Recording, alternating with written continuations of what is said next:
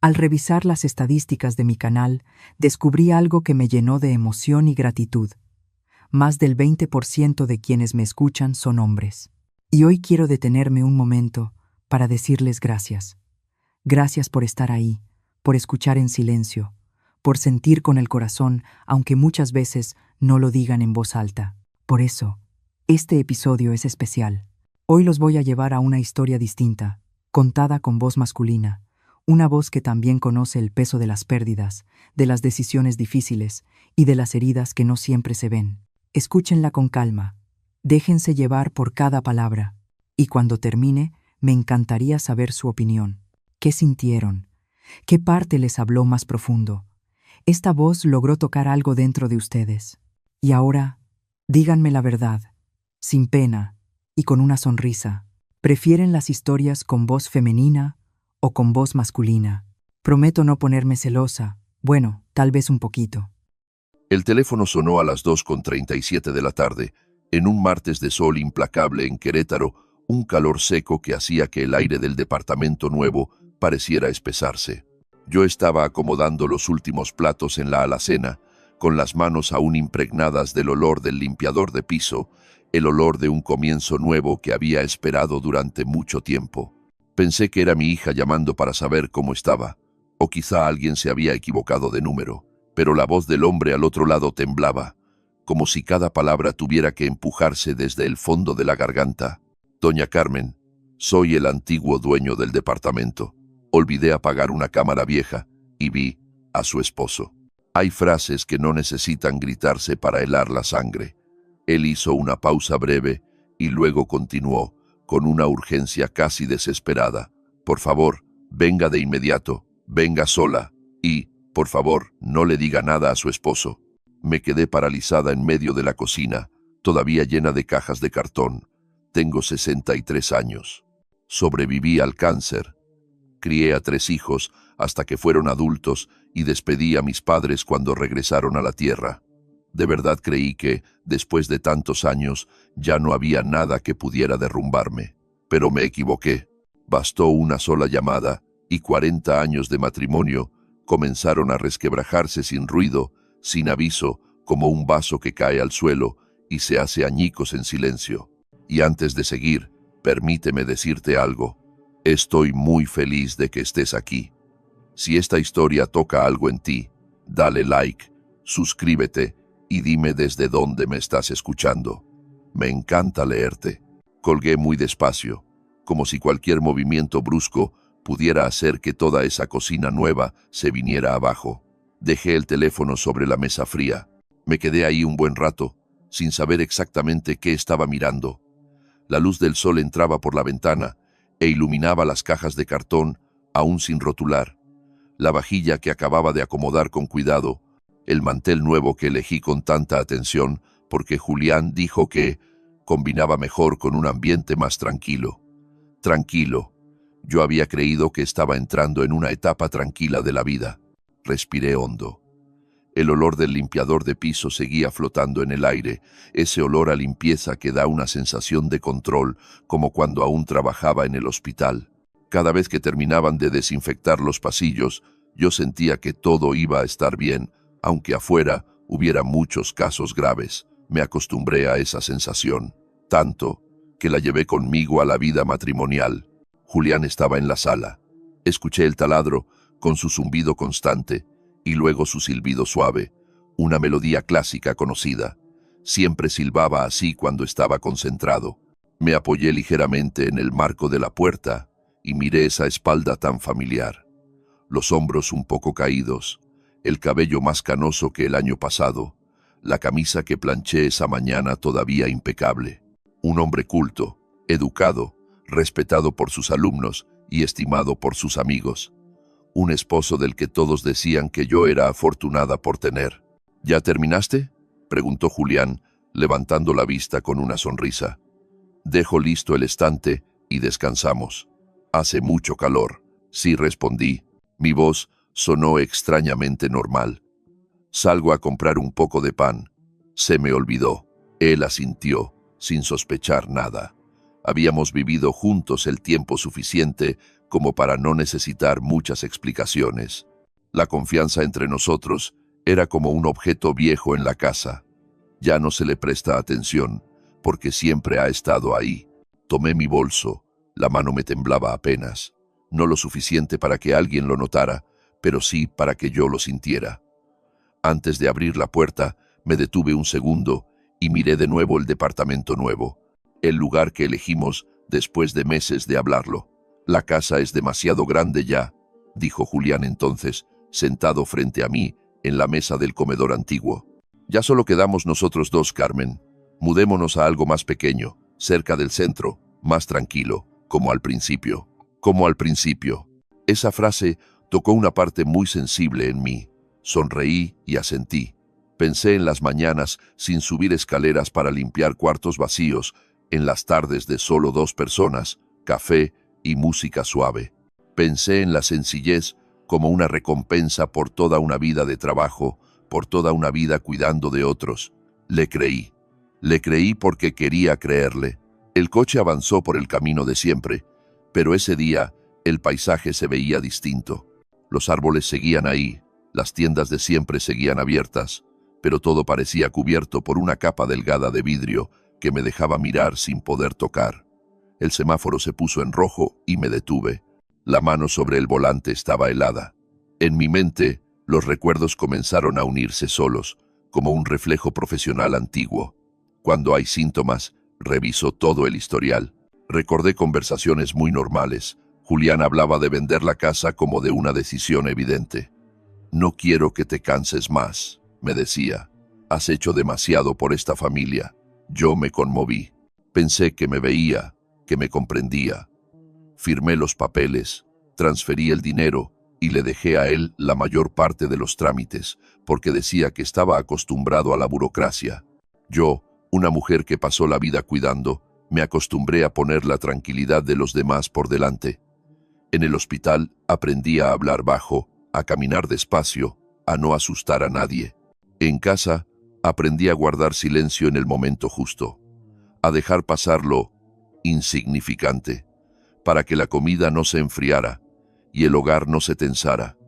A eso lo llamé prudencia, lo llamé cuidado, pero quizá solo era una forma muy larga de estar dormida. El auto se detuvo frente a un edificio viejo.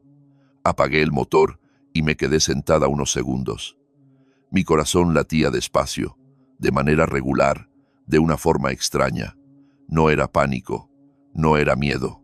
Era esa sensación conocida que antecede a las malas noticias que tantas veces tuve que comunicar a las familias de mis pacientes. Cuando todo por dentro ya está preparado, aunque por fuera nadie sepa aún lo que está a punto de ocurrir. Bajé del coche y cerré la puerta. El sonido resonó con claridad en el aire sofocante de la tarde. Supe que, a partir de ese instante, todo lo que había creído sobre mi matrimonio dejaría de estar quieto. Pero en ese momento, todavía no sabía qué estaba a punto de ver. Solo sabía una cosa: la paz en la que creía estar viviendo. Quizá nunca había existido como yo pensaba. Salí de la casa de Esteban cuando el sol ya había bajado un poco y la luz amarilla oscura se alargaba sobre la banqueta cuarteada. No hubo mareo que me obligara a detenerme, ni ganas de dejarme caer al suelo como en esas historias que la gente suele contar. Mi cuerpo funcionaba de una manera extraña, tan conocida que daba miedo, como si un interruptor viejo se hubiera encendido de pronto, después de muchos años dormido. Manejé despacio, muy despacio, no porque tuviera miedo, sino porque necesitaba cada respiración, cada silencio, para ordenar lo que llevaba dentro. 40 años como enfermera me enseñaron algo muy simple. Cuando estalla una crisis, quien grita primero suele ser quien cae primero. Y quien guarda silencio normalmente está calculando cómo sobrevivir. No lloré, no porque no doliera, sino porque las lágrimas en ese momento eran un lujo que aún no podía permitirme. Había estado frente a demasiadas camas de hospital como para no entender que hay instantes en los que las emociones deben colocarse detrás de la responsabilidad. Cuando llegué a casa, Julián todavía no terminaba el estante. Se volvió a verme y sonrió con suavidad, como todos los días. ¿Pudiste comprar el pan?, preguntó. Su voz era tan tranquila que de haber sido unas horas antes me habría reconfortado. No respondí. No tengo hambre. No era mentira. El único vacío que sentía en ese momento no venía del estómago. Colgué el bolso en el perchero y me fui directo al dormitorio. Julián no se dio cuenta. Estaba acostumbrado a que yo resolviera sola mis cosas, tan acostumbrado a mi silencio que lo daba por hecho. Cerré la puerta con cuidado, con delicadeza. La laptop estaba sobre el escritorio, exactamente en el lugar donde la había dejado por la mañana. Me senté y la encendí. Mis dedos se movieron con firmeza, sin temblar. Conecté la memoria USB que me había dado Esteban y revisé archivo por archivo, imagen por imagen. Cambié nombres, hice copias, guardé otra más en un disco duro externo que había comprado tiempo atrás por si acaso. Costumbre de alguien que siempre se prepara para lo peor, aunque por dentro siga esperando que no ocurra. Escuché la voz de Julián en la sala. Hablaba por teléfono, con un tono bajo y cercano. No intenté escuchar. Ya no lo necesitaba. Lo que tenía que saber, ya lo sabía. Ahora tocaba trabajar. Abrí mi cuenta bancaria. Los números aparecieron, familiares y fríos. Era el dinero de toda mi vida. El dinero de las guardias nocturnas, de cubrir turnos por otros, de los meses en que dejé mis propias necesidades a un lado para que a mis hijos no les faltara nada. No transferí todo, solo lo suficiente para protegerme, lo suficiente para que, si mañana todo se derrumbaba, yo pudiera seguir en pie. Cuando confirmé la operación, me recosté en la silla y cerré los ojos unos segundos. En mi mente ya no estaba Julián. En su lugar había una lista de tareas, clara y precisa. Había hecho listas así cuando al hospital le faltaban medicamentos, cuando estallaba una emergencia, cuando todos entraban en pánico. Conocía bien esa sensación y sabía que debía confiar en ella. Tomé el teléfono y busqué un nombre que no marcaba desde hacía mucho tiempo. Renata Salgado. Renata era alguien de quien el gremio médico solía hablar con una mezcla de respeto y cautela. Una abogada en la Ciudad de México, reservada, poco visible en los medios, pero cada vez que su nombre aparecía en un caso, todos sabían que detrás había expedientes preparados con un cuidado minucioso. Yo había cuidado a su madre en el hospital años atrás. No éramos cercanas, pero lo suficiente para que supiera quién era yo. El teléfono sonó 2 veces antes de que contestara. «Carmen», su voz seguía siendo firme, directa. «Hace mucho que no llamabas. Necesito ayuda», dije sin rodeos. «Y la necesito ahora». Guardó silencio un instante. «¿Estás a salvo?» «Sí», respondí. «Pero no lo estaré por mucho tiempo si no hago lo correcto». Escuché cómo arrastraba la silla y dejaba un bolígrafo sobre el escritorio. «Dime». No le hablé desde la emoción, le hablé desde los hechos, el video, las cuentas, el plan de transferencias, las relaciones entre las personas involucradas. Renata no me interrumpió. Solo hizo preguntas muy breves y exactas, como un médico que revisa el historial antes de indicar un tratamiento. Cuando terminé, habló con calma. «Tenemos que congelar las cuentas de inmediato. Prohibir cualquier transferencia de bienes». «¿Tienes los documentos?» «Sí», respondí. «Los guardé todos». «Bien», dijo. «No reveles nada. No confrontes a nadie. No preguntes por qué. Tu tarea ahora es mantener la calma y seguir cada paso con precisión». Colgué y sentí algo muy extraño abrirse paso en el pecho. No era alivio, no era miedo, era concentración pura, algo que había conocido durante muchos años y que había olvidado que aún conservaba. Esa noche cociné como de costumbre. Julián habló del estante, de un antiguo alumno con el que se había topado por casualidad. Yo asentí, puse los platos sobre la mesa y serví el agua. Si alguien hubiera mirado desde fuera, habría visto una cena tranquila de una pareja que había recorrido casi toda una vida junta. Solo yo sabía que, dentro de mí, otra Carmen había despertado, la mujer que no llora, la mujer que entiende que cuando los demás creen que una es más débil, es precisamente cuando debe estar más lúcida. El teléfono de Julián vibró a la mañana siguiente mientras yo preparaba café.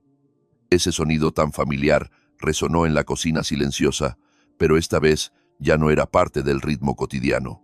Escuché cómo abría la aplicación del banco, luego un silencio tan breve que casi se podía cortar.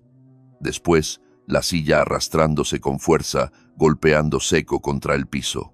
«¿Carmen?», llamó desde la sala, sin la calma de siempre. «¿Hiciste algo con la cuenta?». Dejé la cafetera, me sequé las manos en el trapo y salí. La luz de la mañana entraba de lleno por la ventana y dejaba ver su rostro con claridad, tenso, descolorido, los ojos sin la seguridad habitual. Lo miré largo rato, como si por primera vez en la vida me permitiera mirarlo sin ajustar mis emociones para mantener la paz. «Sí», dije.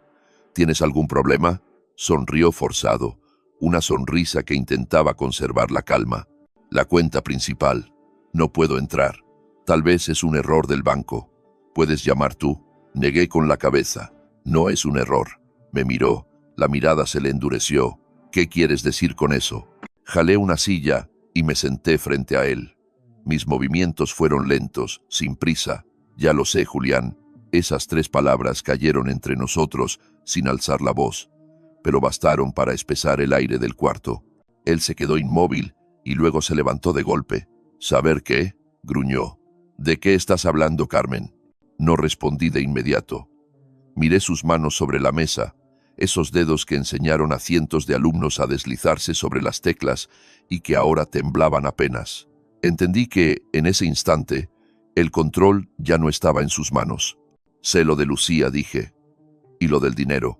Soltó una carcajada nerviosa, apresurada, sin rastro de alegría. «¿Y a quién le creíste? ¿A Lucía o a chismes sin sentido? Confías más en los de afuera que en tu propio esposo».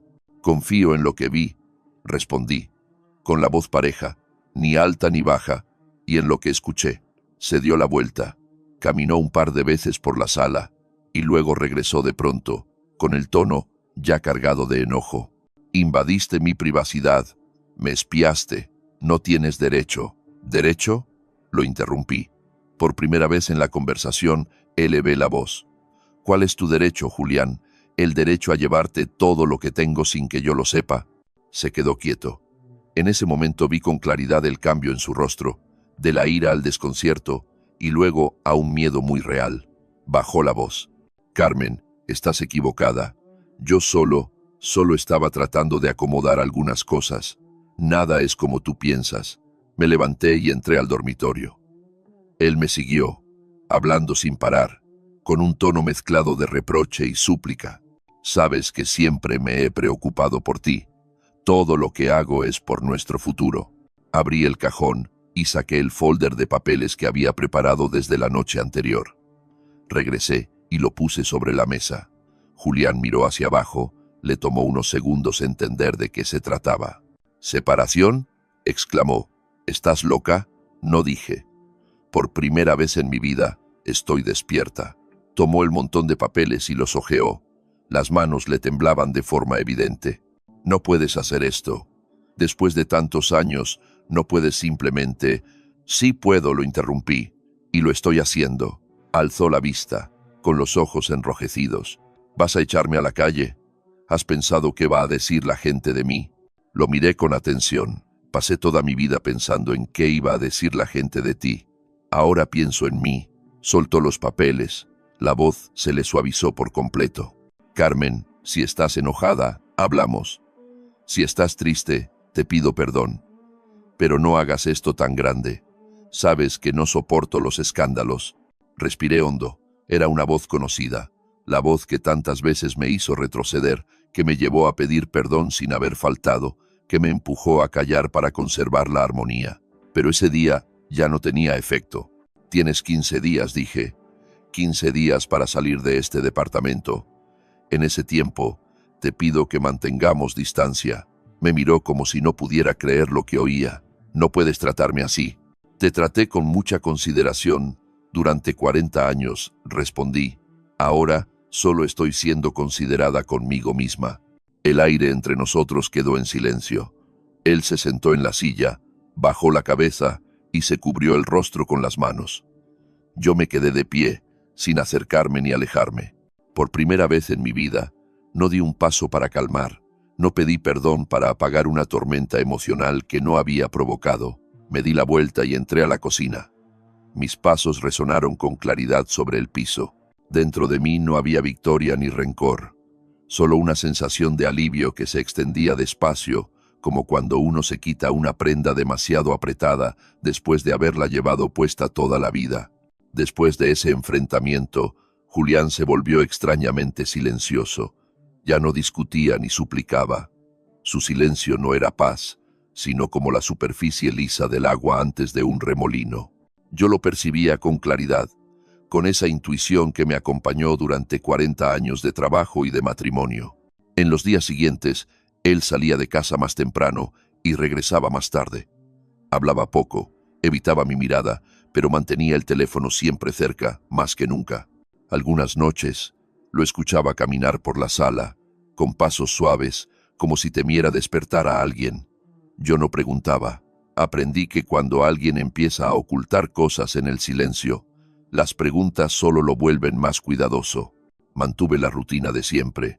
Ir al mercado, cocinar, limpiar. Todo parecía tan normal que, si alguien pasaba por ahí, pensaría que solo atravesábamos una etapa de frialdad como tantas parejas. Pero por dentro, yo ya estaba levantando barreras invisibles.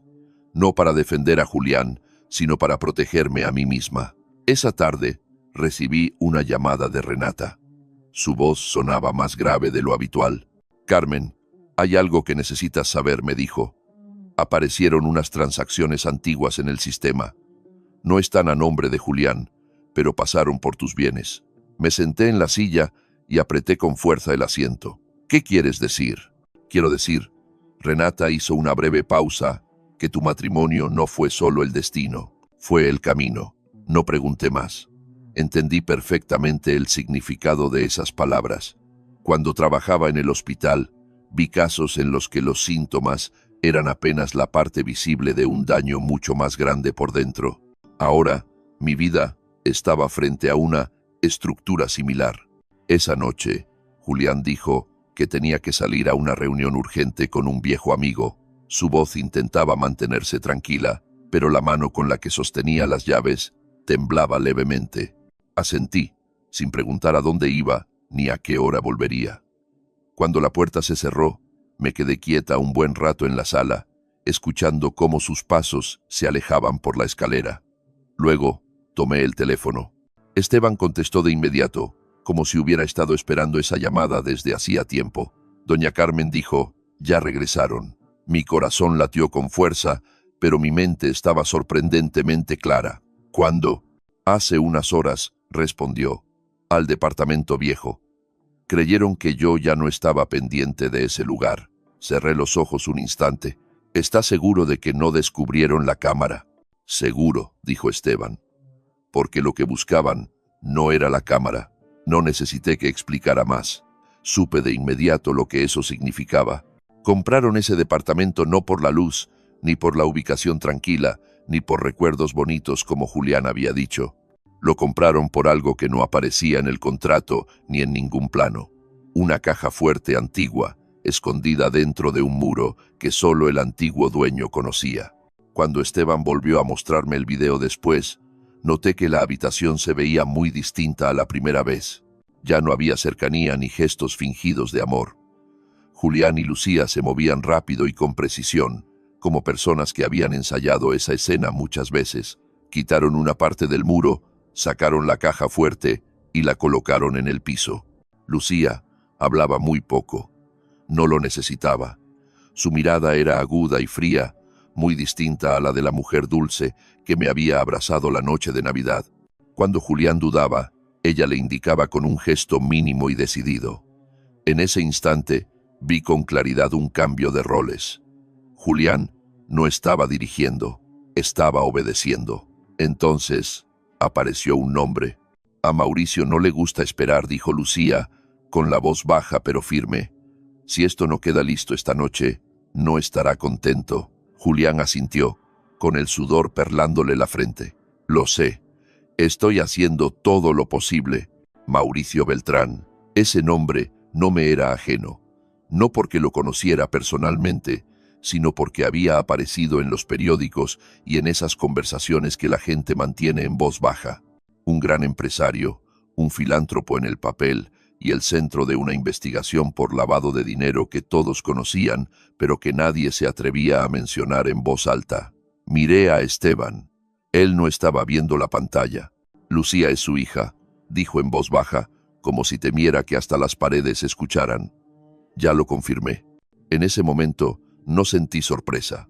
Solo sentí que, por fin, todo encajaba en su lugar. Lucía no era una mujer enamorada de Julián, era alguien con una misión. Y Julián era solo un camino conveniente. Pensé en mí, en las cuentas a mi nombre, en la casa comprada con mi dinero, en el prestigio, la estabilidad, la apariencia perfecta de un matrimonio de 40 años sin manchas. Nada de eso era el objetivo final. Todo era el puente. Mi matrimonio nunca fue solo un asunto de dos personas. Fue convertido poco a poco en una herramienta, en silencio, bajo los nombres del amor, el cuidado y la confianza. Y mientras estaba ahí, mirando esas imágenes frías en la pantalla, entendí que lo que tenía delante ya no era la traición de un esposo, sino el derrumbe de una estructura construida durante mucho tiempo, con enorme cuidado, dentro de la vida que yo creía la más segura. Cuando la pantalla se apagó, la casa de Esteban quedó sumida en un silencio espeso. No era el silencio agradable de una tarde sin viento, sino uno cargado con el peso de todo lo que aún no se había dicho. Me quedé sentada, con las manos sobre el regazo, sintiendo mi corazón latir con una regularidad extraña. Cuando se ha atravesado demasiado dolor, el cuerpo aprende a no reaccionar con prisa. Esteban se levantó y caminó despacio hacia la ventana. Corrió ligeramente la cortina y dejó entrar una franja delgada de sol. La luz iluminó su rostro y por primera vez noté rasgos que antes me habían pasado desapercibidos. Los ojos hondos y cansados, la boca como si llevara mucho tiempo conteniendo algo. Doña Carmen dijo, con la voz ronca, había decidido no contarle esto. Pero, a estas alturas, creo que usted merece saberlo. No respondí de inmediato, solo asentí muy suavemente. Hay verdades que solo necesitan un gesto de permiso para salir. Esteban regresó y se sentó frente a mí. Colocó las manos sobre las rodillas y las apretó hasta que los nudillos se le pusieron blancos. Mauricio Beltrán dijo, despacio, no es solo el hombre que usted acaba de escuchar en el video, es mi hermano menor. La frase cayó entre nosotros sin hacer ruido, pero sentí como si el aire de la habitación hubiera cambiado de dirección. Miré a Esteban, buscando en su rostro alguna señal de mentira, o, al menos, de duda. No la había. Solo el cansancio de alguien que ha cargado ese secreto durante demasiado tiempo. Fuimos muy cercanos, continuó. De jóvenes, confié en él, lo protegí. Creí que estaba cuidando a mi familia. Se detuvo y respiró hondo, hasta el día en que mi esposa y mi hijo murieron.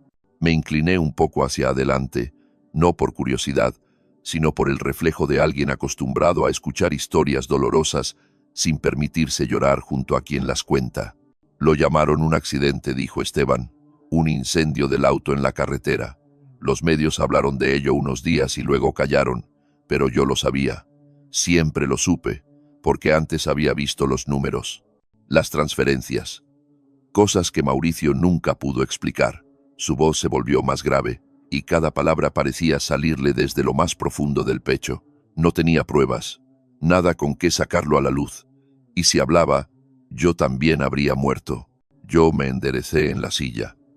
En ese instante, ya no miraba a Esteban como a un antiguo dueño, ni como a un testigo inesperado dentro de mi historia.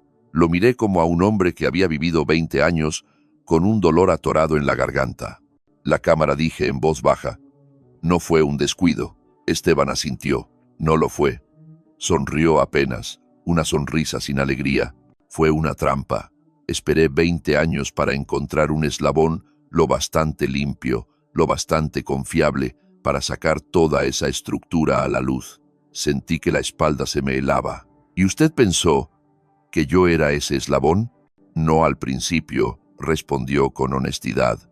Al principio, Solo pensé que usted era una mujer decente, un matrimonio de muchos años, una vida sin escándalos, un muro perfecto para esconder el flujo del dinero. Me miró de frente, sin apartar la vista, pero cuando vi que usted no se derrumbaba, cuando la vi actuar, supe que usted no era solo una víctima. La habitación volvió a quedarse en silencio. Escuché el ruido de los autos en la calle, el ladrido lejano de un perro, sonidos muy cotidianos. Y justo en ese contexto, entendí algo que me punzó el pecho. Durante 40 años, yo creí que elegía callar para proteger a mi familia, pero quizá ese silencio también me convirtió en parte de la fachada que otros aprovecharon. Me usaron como una puerta, dije, sin alzar la voz, sin rencor. Una puerta lo bastante limpia para que pasara dinero sucio. Esteban no lo negó. Bajó la cabeza. Sí, y por eso le pido perdón. Miré mis manos. No temblaban. Eso me sorprendió más que cualquier confesión. Me habían utilizado. Esa era la verdad. Pero al mismo tiempo, comprendí que, por estar en ese lugar, yo estaba parada en un punto muy distinto al de Julián o Lucía. Yo tengo una elección, dije, despacio. ¿Verdad? Esteban levantó la mirada. Sí, respondió de inmediato. Y eso es lo único que yo no puedo quitarle. Me recargué en la silla. En mi cabeza, las piezas morales comenzaron a chocar entre sí. Ya no quería ser herramienta de nadie, ni de alguien malo, ni de alguien que se llamara a sí mismo vengador. Pero tampoco podía darle la espalda a la verdad cuando ya estaba frente a mí, tan clara. Yo no hago esto por usted, dije, y tampoco por Mauricio. Lo entiendo, contestó Esteban. Lo hago por mí, continué. Porque si yo me doy la vuelta, vuelvo a ser la mujer que calla, esa que ya me es demasiado familiar. Esteban asintió muy despacio. En su mirada, en ese momento, no había presión ni expectativas, solo una aceptación pesada, como si supiera que, a partir de ahora, nada iba a estar en sus manos. Me levanté, tomé mi bolso.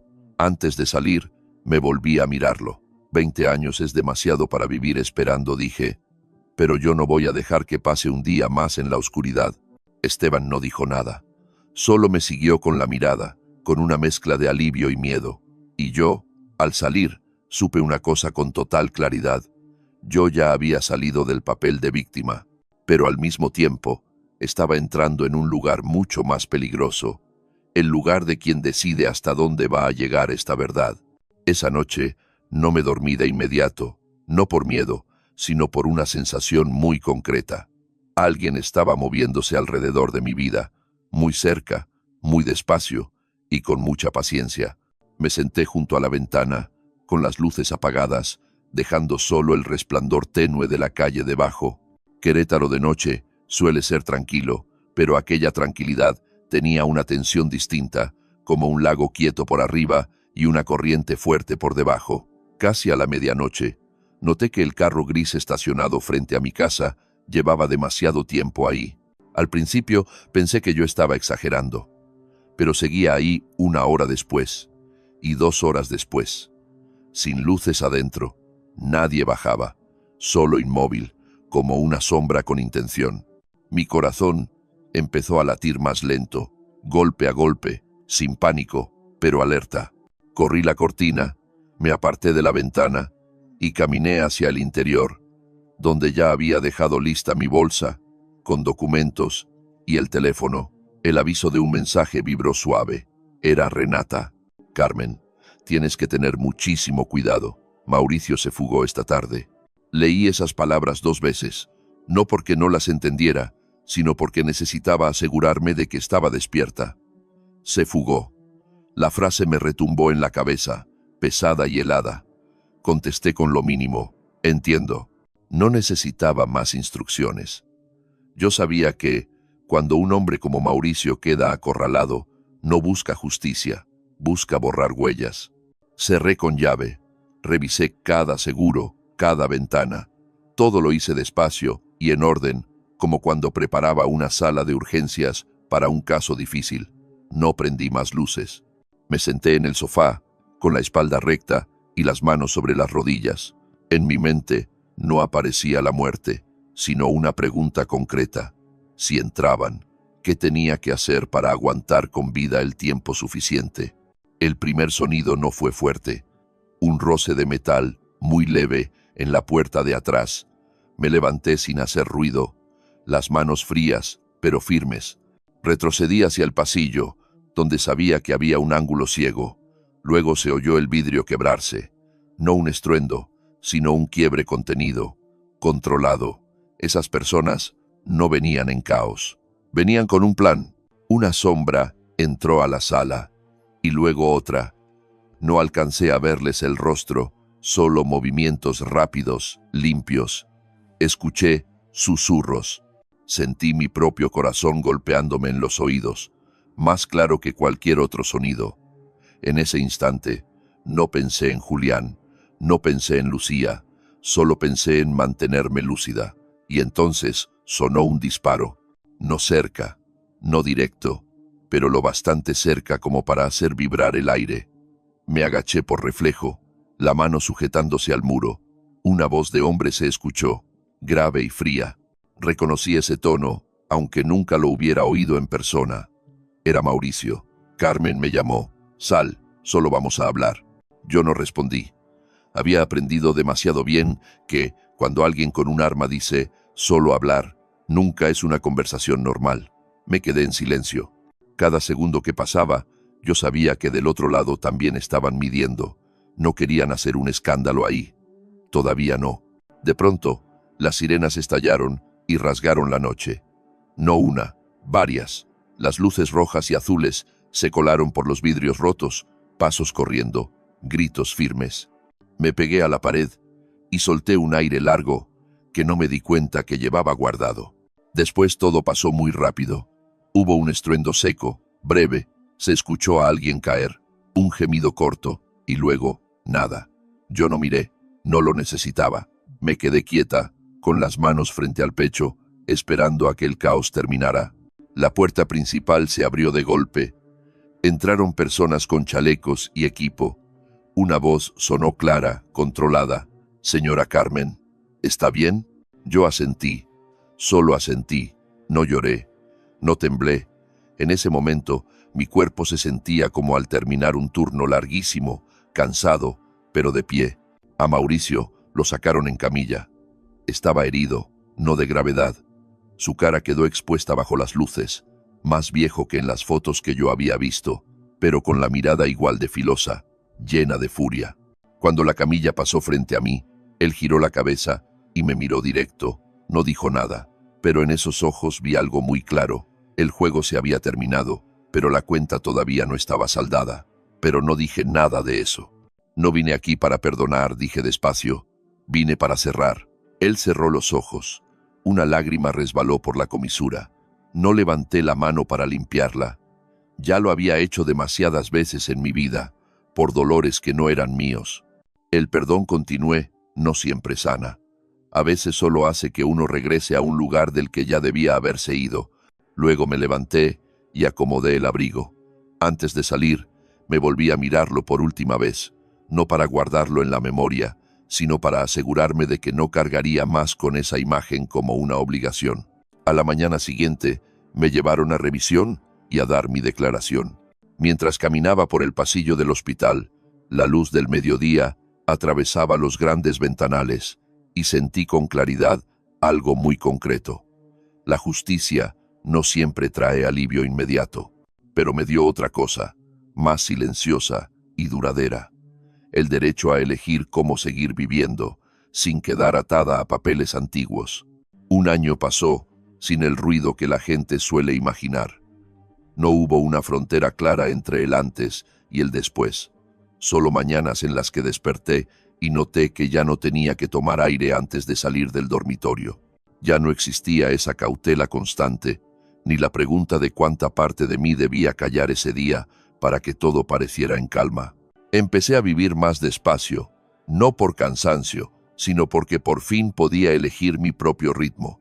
Salí de Querétaro al inicio de la temporada de lluvias y me mudé a Oaxaca, no para huir, sino para colocarme en otro espacio, uno que no me recordara los papeles antiguos. La casa pequeña que renté Estaba en una pendiente tranquila, con un porche amplio que daba a techos de teja vieja y a una bugambilia morada. Por la mañana, la luz se filtraba entre los árboles y dibujaba sombras irregulares sobre el piso de loseta, como pinturas aún sin terminar. Empecé a aprender a pintar una tarde cualquiera. No era una clase grande, solo un taller pequeño de una mujer del lugar, con las paredes llenas de cuadros a medio hacer. Me puso un pincel en la mano sin preguntarme si ya había pintado antes. «Prueba», me dijo. Sostuve el pincel con una mano todavía rígida, dudando frente a los colores como una niña. Pero cuando el primer trazo tocó el papel, sentí algo adentro que se aflojaba. No tenía que ser correcto. No tenía que ser bonito. Solo tenía que ser honesto. En los días siguientes, repartí mi tiempo entre la pintura y el voluntariado. Volví al hospital, pero no como enfermera. Me senté junto a mujeres en tratamiento. Las escuché hablar de sus miedos, de sus hijos, de las cosas que no habían alcanzado a vivir. No daba consejos, solo estaba ahí. Algunas tardes salía del hospital con el pecho pesado, pero ya no con la misma impotencia de antes.